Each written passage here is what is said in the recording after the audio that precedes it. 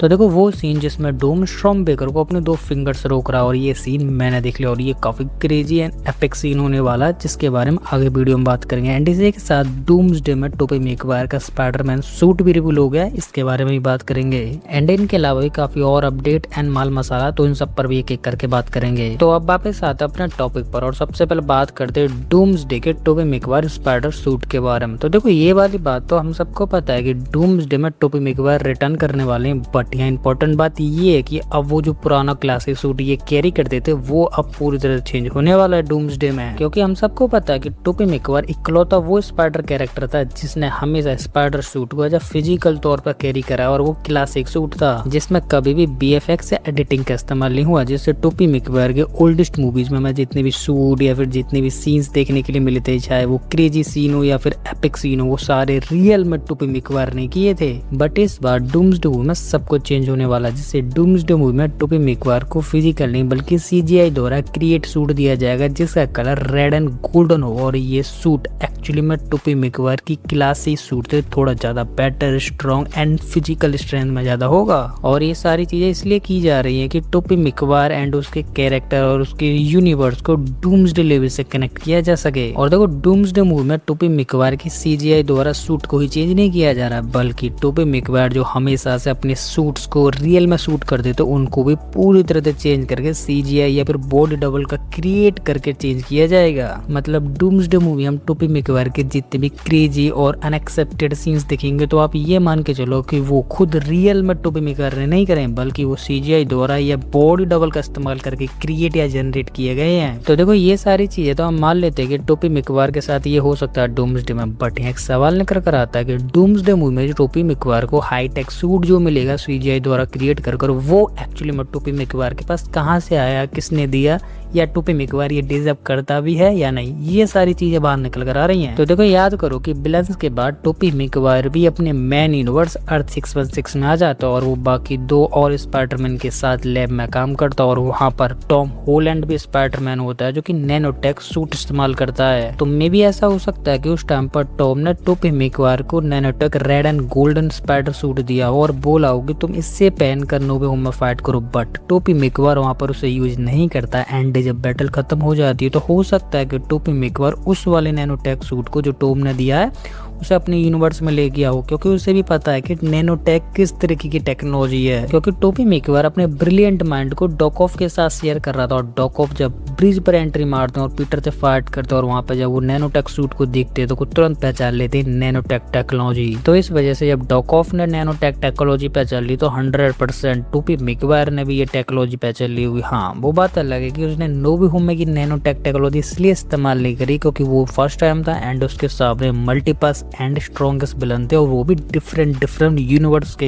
और उस टाइम पर टोबी मैगवायर अपनी क्लासी ओरिजिनल सूट में कंफर्टेबल होता, ना कि फर्स्ट वाले नैनोटेक वाले सूट में। और देखो टोबी मैगवायर की ये नैनोटेक वाली सूट की स्टोरी में इतनी रियल और अटैचेबल इसलिए भी लग रही है क्योंकि नोवे होम में टॉम ने हर एक incomplete super hero and villain को कंप्लीट करा था, चाहे वो डॉक्टर ऑक्टोपस हो, सैंडमैन हो, इलेक्ट्रो हो या अपने ग्रीन गॉब्लिन ही क्यों ना हो, इन सभी को टॉम ने फिक्स करा था। तो हो सकता है कि अपने टोबी मैगवायर को भी टॉम ने नैनोटेक सूट देकर ऐसा फिक्स करा हो, क्योंकि टोबी मैगवायर के पास नेचुरल वेबिंग है, बट उसके पास जो कमी है वो है उसका नेचुरल सूट जो कि उसे सूट नहीं करता है। एंड नैनोटेक सूट जो और स्ट्रॉन्ग, पावरफुल एंड बिगर बना सकता है नैनोटेक सूट के साथ एंड नेचुरल वेबिंग के साथ। और इसी वजह से टोबी नैनोटेक सूट और नेचुरल वेबिंग का इस्तेमाल करके डेडपुल एंड वुल्वरीन से फाइट करेगा अपने यूनिवर्स को सेफ करने के लिए। और ये नैनोटेक सूट से पॉसिबल हो पाएगा कि टोबी डेडपुल एंड वुल्वरीन से फाइट कर रहा है, वरना वो नेचुरल वेबिंग के साथ तो इनमें से किसी एक कैरेक्टर को भी बीट नहीं कर सकता है। तो देखो जब यहाँ डेडपुल का नाम आ गया तो डेडपुल के बारे में बात कर लेते हैं। तो देखो डेडपुल को लेकर ये अपडेट निकल कर आ रही है कि डेडपुल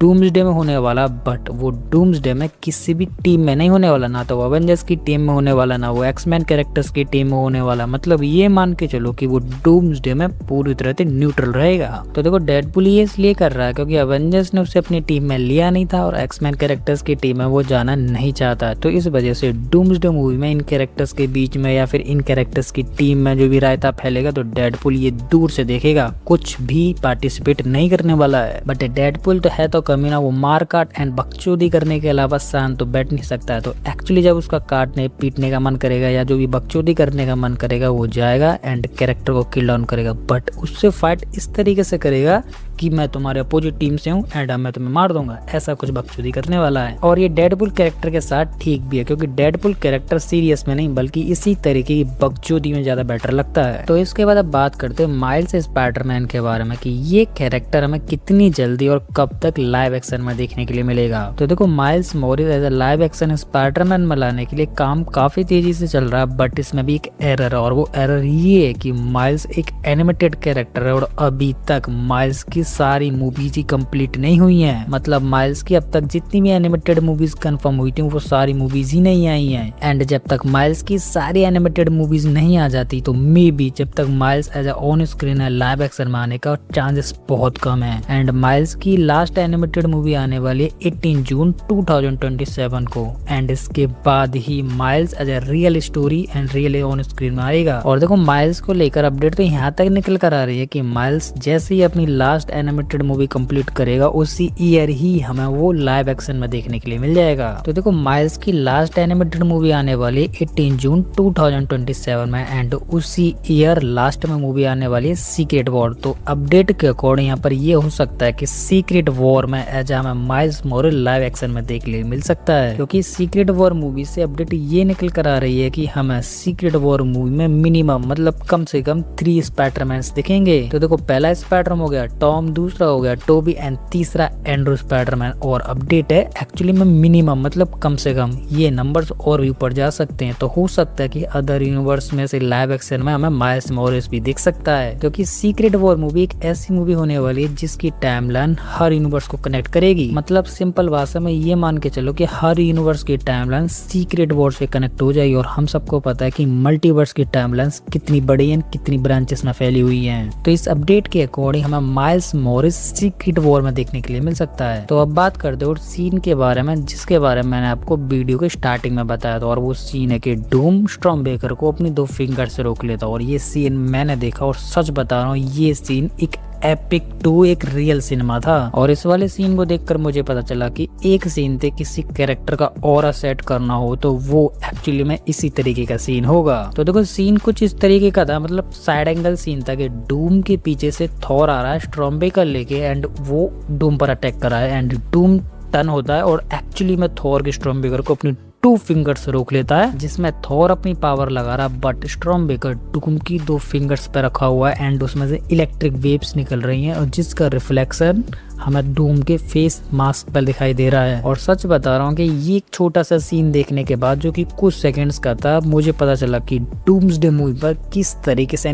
किस लेवल पर काम किया जा रहा है वो एक्चुअली में इस सीन से थोड़ा सा डिफाइन हो रहा था। और शायद इसी वजह से थॉर हमें जो ट्रेलर में डरा हुआ दिखाई दे रहा था और ओडिन से प्रे कर रहा था वो थॉर एज अ डूम की पावर देखने के बाद प्रे कर रहा है कि डूम एक्चुअली में इतना पावरफुल है कि वो मुझे खत्म कर सकता है एंड मैं अभी मरना नहीं चाहता हूँ। क्योंकि अब थॉर के पास पाने के लिए तो कुछ नहीं बट खोने के लिए उसके पास बहुत कुछ है। एक्चुअली में उसके पास डॉटर है एंड उसी को वो फैमिली मानता है और उसी को प्यार करता है एंड उसे केयर करता है एंड उसे एक एज अ फैमिली की तरह मतलब अपनी चाइल्ड की तरह बड़ा भी कर रहा है। तो उसी के लिए थॉर ट्रेलर में रो रहा है। और इसी के साथ आपको क्या लगता है कि डूम्सडे मूवी में डूम का स्टॉर्मबेकर रोकने वाला सीन कब का है, मतलब स्टार्टिंग वाली फेज का या मिडिल ऑफ द मूवी या फिर फाइनल बैटल का, वो आप मुझे कमेंट में बताएं। तो यही थी वो सभी डिटेल अपडेट्स एंड स्टोरीज जिनको मैंने आपको काफी इजी एंड सिंपल में एक्सप्लेन करने की पूरी कोशिश की। और फिर भी मैं यहाँ पर किसी भी अपडेट को मिस कर देता हूँ तो वो आप मुझे कमेंट में बता सकते हो जिससे मैं अपनी नेक्स्ट वीडियो में कवर कर लूंगा। तो अब ये वीडियो खत्म होने वाली है और आपको हमारी ये इंटरेस्टिंग वीडियो पसंद है तो लाइक कर दो और इसी के साथ आप इस चैनल पर नए हैं तो चैनल को सब्सक्राइब कर ले और सब्सक्राइब करने के साथ साथ हमारे इस बेल आइकन को ऑल पे सेट कर लें जिससे कि आपको हमारे इस चैनल की किसी भी नई वीडियो की अपडेट इजीली मिल सके। तो अब मैं इस वीडियो को यहीं पे एंड करता हूँ। तो आप हंसते रहिए, मुस्कुराते रहिए एंड अपने फैमिली के साथ खुश रहिए। तो मैं मिलता हूँ आपको किसी और ऐसी हमारी मजेदार वीडियो में, तब तक के लिए गुड बाय।